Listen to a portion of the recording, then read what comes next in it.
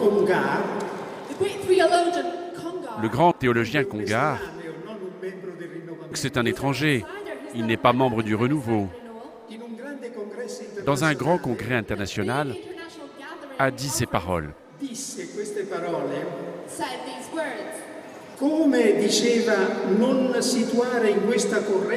Comment ne pas situer, ne pas considérer le renouveau charismatique dans ce courant de grâce de l'Esprit Saint?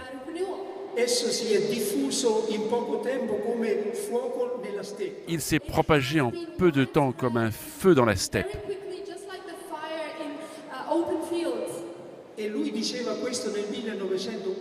Et lui, il a dit cela en 1981. Et il rajoutait, c'est plus qu'une mode. Ce qui nous touche, c'est que ce mouvement change la vie des personnes. Ça change la vie des personnes. Ça change la vie des personnes. C'est vrai ou non? Votre vie a changé. La mienne aussi a changé, pour la gloire de Dieu.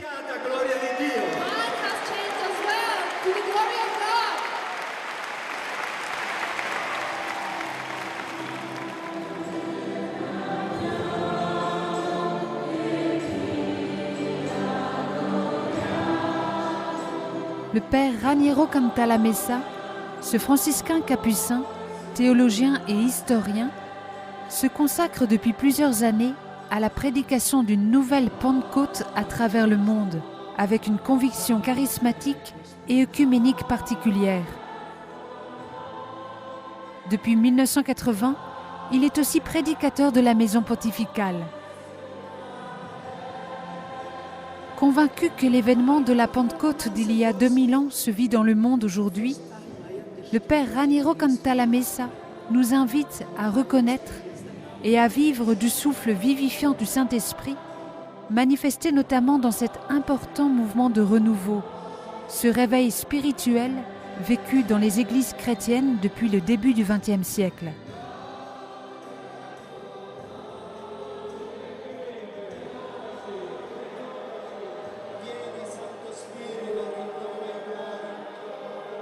Le jour de la Pentecôte étant arrivé, les disciples se trouvaient tous ensemble dans un même lieu.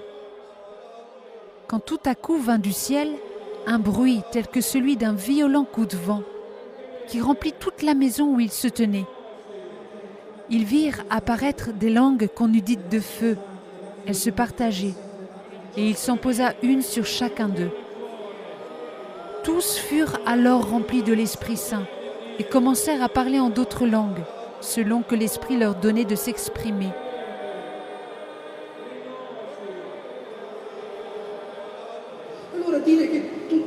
Dire que tous furent remplis de l'Esprit Saint, c'est dire qu'ils ont tous vécu cette expérience bouleversante d'être aimés par Dieu.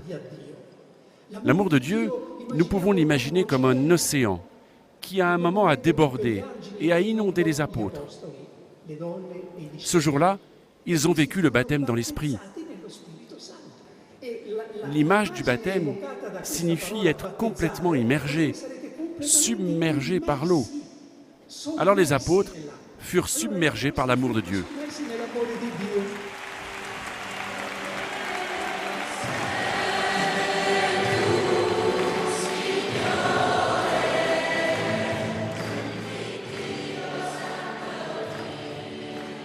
Vous, personnellement, comment avez-vous rencontré le renouveau charismatique? Quelle expérience vous avez faite personnellement de la Pentecôte et qu'est-ce que ça a changé dans votre vie? Est-ce que vous pouvez raconter? Dans un certain sens, il a tout changé. J'étais prêtre déjà ordonné, j'étais professeur à l'Université catholique de Milan, j'enseignais l'histoire des origines chrétiennes et lorsque j'ai rencontré des gens qui avaient reçu cette grâce de la Pentecôte. Au premier abord, j'ai résisté, j'ai même critiqué, et comme un prêtre catholique qui était formé avant le concile, donc d'une manière très traditionnelle. Mais le Saint-Esprit m'attendait évidemment parce que j'ai eu l'occasion de participer à un rassemblement œcuménique charismatique en Amérique. Là, j'ai eu le premier choc charismatique. Et c'est surtout dans une maison de retraite aux États-Unis que je me suis décidé de laisser les rênes de ma vie au Seigneur. Je crois que c'est la démarche essentielle pour recevoir la grâce de Pentecôte, c'est s'abandonner au Seigneur, vraiment lui donner une carte blanche dans notre vie. Et j'ai reçu le baptême de l'Esprit. Apparemment, rien d'exceptionnel, d'extraordinaire s'est passé pendant cette prière, mais le jour après, j'ai remarqué que quelque chose s'était changé dans ma vie. D'abord, lorsque j'ouvrais la Bible, ou j'ouvrais les bréviaires pour prier les psaumes, et la Bible était devenue un livre vivant qui me parlait. Certains psaumes paraissaient écrits le jour avant pour moi. Donc j'ai découvert qu'un des premiers fruits du Saint-Esprit, c'est que la Bible devient un livre vivant dans lequel Dieu parle aujourd'hui. Un autre signe que quelque chose s'était changé, c'est que en rejoignant ma communauté franciscaine capucine à Washington, je me sentais attiré à l'Église. Donc la prière était devenue un besoin, non une difficulté, un poids, mais un attrait. Et la prière prenait un tournant trinitaire, qui est le propre de la prière chrétienne. C'est-à-dire que le Père nous renvoie au Fils, le Fils nous parle du Père, et chaque personne paraît impatiente de nous révéler les autres personnes. C'est la dynamique de l'amour.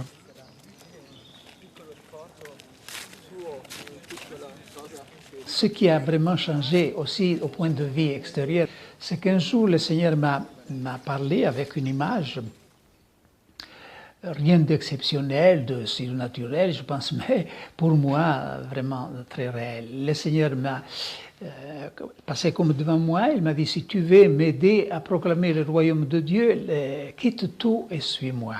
Et j'ai entendu que il voulait que je quitte l'enseignement universitaire, la chaire. J'étais même directeur d'un département de cette université pour devenir un prédicateur itinérant de la parole de Dieu. Et je dis oui. Alors, avec l'obéissance de mon supérieur, j'ai quitté l'enseignement.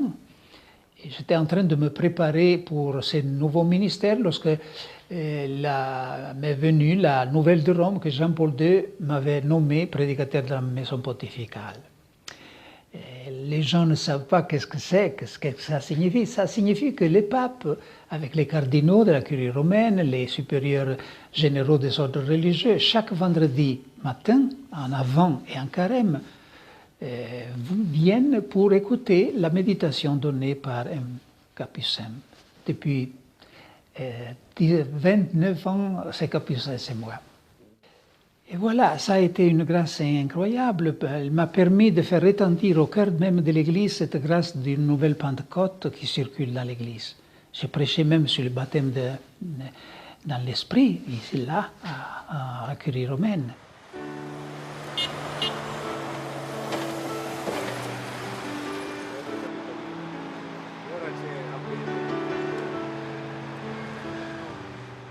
Qu'est-ce que c'est vraiment le baptême dans l'Esprit?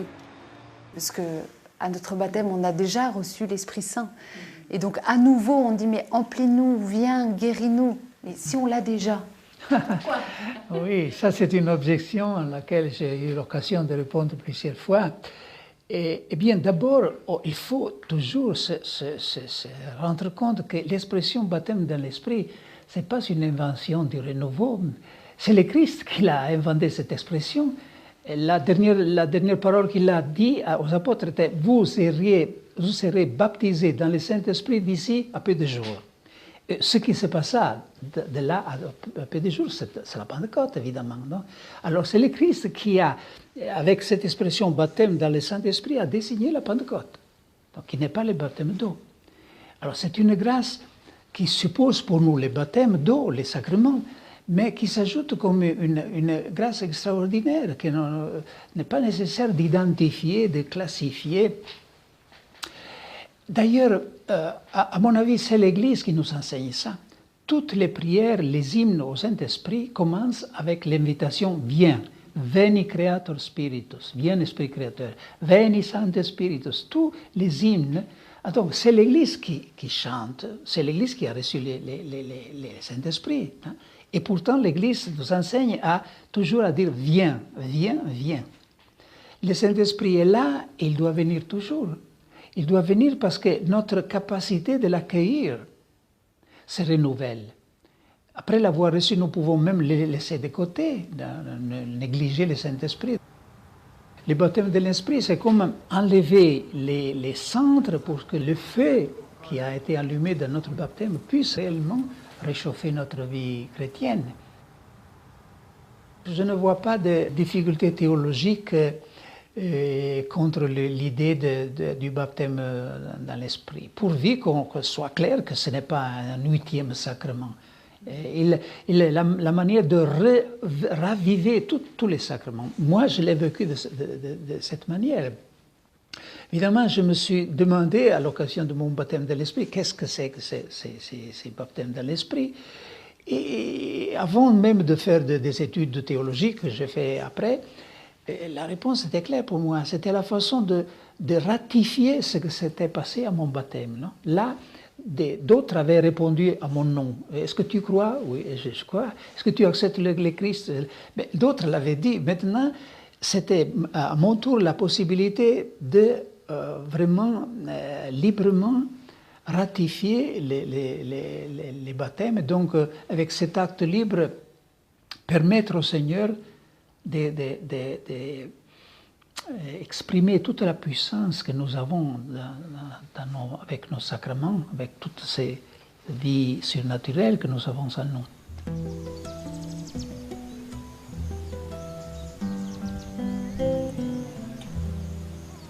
C'est précisément le Saint-Esprit qui rend le Christ vivant et présent. Autrement, le Christ devient une thèse théologique, une doctrine, un ensemble de dogmes. Pour moi, ça a été le grand changement à propos du Christ. J'étudiais Christologie, c'était ma spécialisation. J'avais fait même ma thèse de doctorat en théologie sur la Christologie de Tertullien. Et puis, après le baptême dans l'Esprit, je me suis aperçu qu'il y avait un autre Jésus à connaître. Un Jésus ressuscité, vivant, qui se tient là et qui opère précisément dans son esprit. Parce que l'Esprit Saint, pour nous, après la rédemption, c'est l'Esprit du Christ. C'est le souffle du Christ sur l'Église. Qui est-ce qui peut se passer de ce souffle du Seigneur?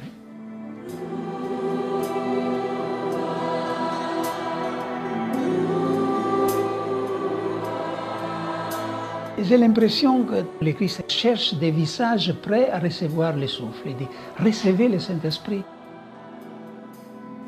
Comme s'il priait, comme s'il mendiait de nous, de ces créatures, de l'Église, même de l'Église. Il mendiait la possibilité de leur communiquer son esprit. Recevez le Saint-Esprit, ça c'est une pétition.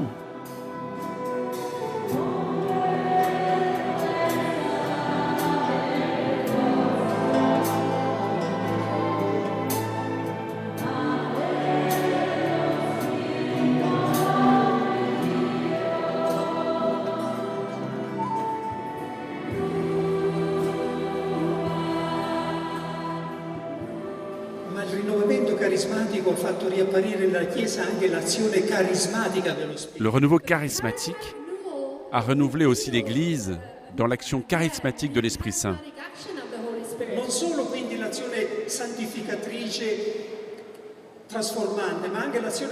Pas seulement l'action sanctifiante et transformatrice, mais aussi l'action charismatique.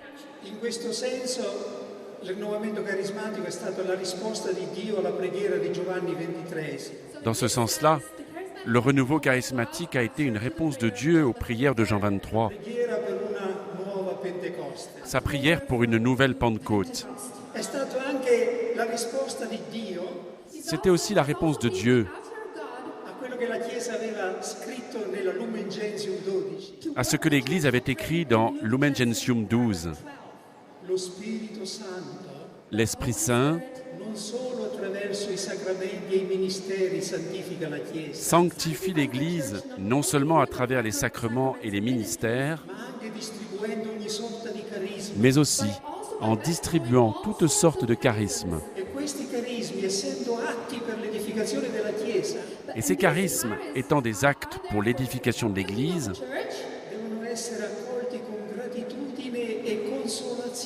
doivent être accueillis avec gratitude et consolation. Quando parlo ai vescovi e ai preti spesso ricordo queste parole: dovrete ricevere i carismatici con gratitudine e consolazione. Quand je rencontre les évêques, les prêtres, souvent je leur dis qu'il faut accueillir avec gratitude et consolation les charismatiques.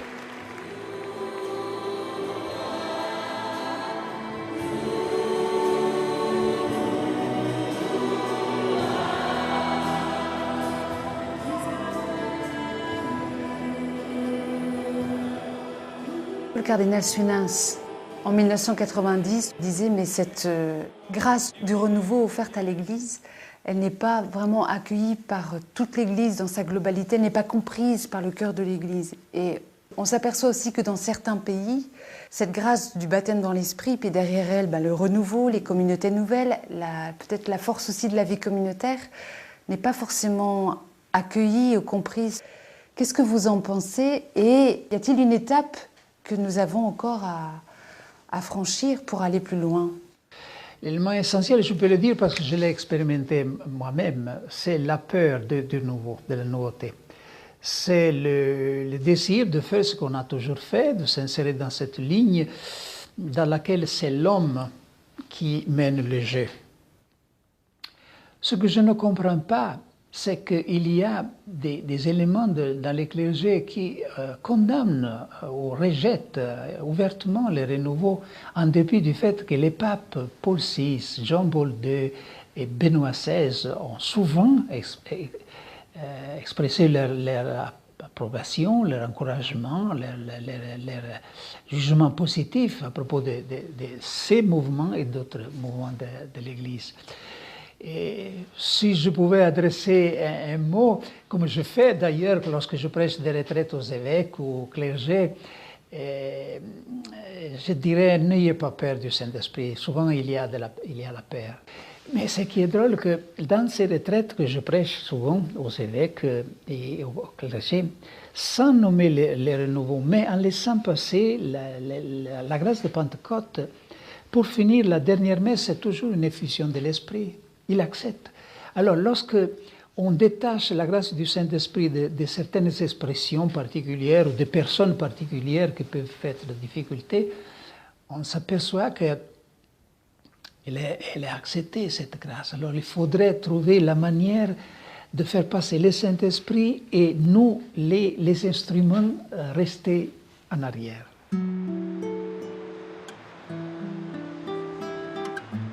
On voit que la grâce du Saint-Esprit nous pousse à l'unité. Il répand son esprit avec les mêmes manifestations chez les chrétiens de différentes confessions chrétiennes. Ça ne veut pas dire qu'on néglige ou on oublie, on passe par-dessus les différences qui doivent être résolues. Mais on voit que lorsqu'il y a un changement de cœur, lorsqu'on commence à travailler ensemble, prier ensemble, et à se centrer sur le Christ, on voit que même les différences doctrinelles cette année, on peut les résoudre.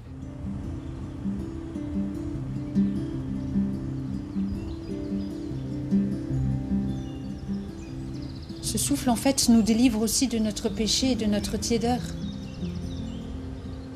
On a l'impression qu'il y a un acte de destruction et de création. L'Esprit de Dieu crée toujours quelque chose de nouveau. Le renouveau, c'est, selon une définition qui m'a toujours frappé et que j'ai lue au commencement, le renouveau, c'est restituer le pouvoir à Dieu. Et on ne s'aperçoit pas, mais nous voulons gérer nous-mêmes les pouvoirs. Donc, d'une façon toujours au nom de Dieu, on trouve toujours des raisons pour faire ce que nous voulons. Tandis que le renouveau signifie que le Saint-Esprit prend en main la vie de l'Église. La vie de l'Église signifie la conduite d'une paroisse, la façon dont on prêche, dont on collabore avec les laïcs, donc toute la vie de l'Église. Et il y a une résistance à ça. Et évidemment, il y a une résistance. Il faut mourir pour donner les rênes, les pouvoirs au Saint-Esprit, à l'Esprit du Christ. Dans notre vie, il faut se dépouiller de son pouvoir. C'est ce que le Christ disait en se reniant soi-même. Et Saint Paul disait, je ne vis plus pour moi-même, je vis pour le Seigneur. Mais paraît-il que ces passages, de passer d'une manière de vivre pour soi-même et à une manière de vivre pour le Seigneur, il paraît qu'il est assez difficile pour nous. C'est une porte étroite. Oui, c'est naturel. L'homme naturel veut garder son autonomie.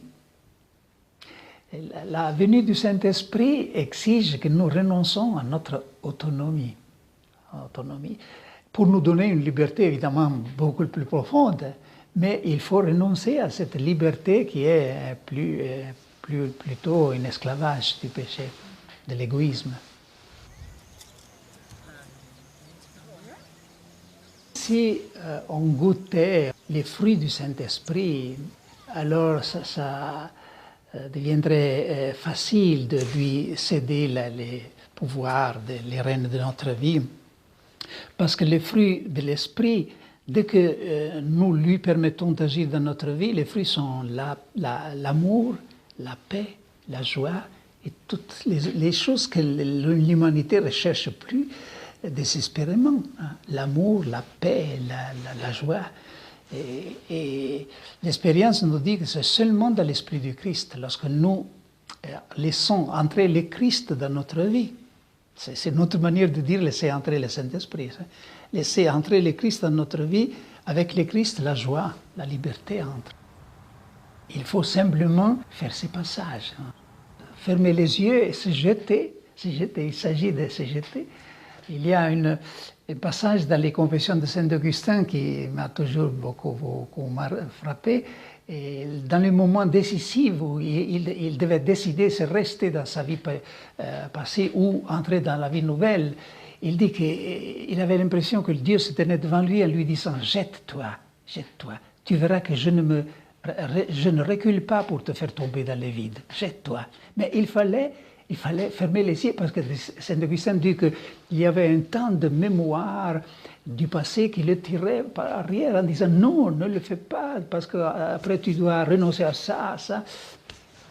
Et heureusement, il eut le courage de se jeter et nous avons Saint-Augustin. Autrement, l'histoire aurait eu un pécheur en plus. Et nous avons un luminaire en plus.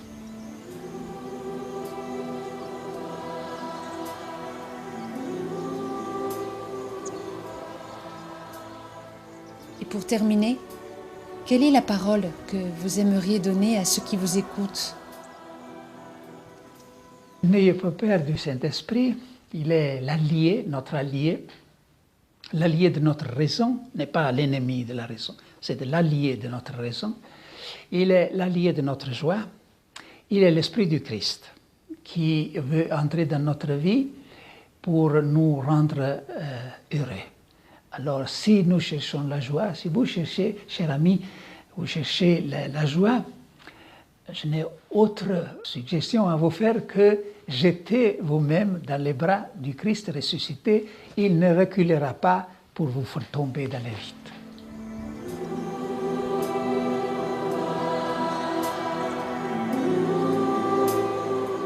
Pour ce mois, en nous associant à la prière du Père Raniero Cantalamessa, nous pouvons prier pour que nos églises découvrent et approfondissent le baptême dans l'Esprit Saint.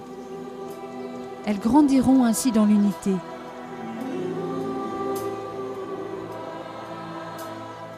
Viens à nous, Esprit Créateur, visite les âmes des tiens. Toi qui es onction spirituelle, repousse l'adversaire au loin, sans tarder, donne-nous la paix. Fais-nous connaître Dieu le Père, fais-nous connaître aussi le Fils, et croire en tout temps que tu es l'unique esprit de l'un et l'autre.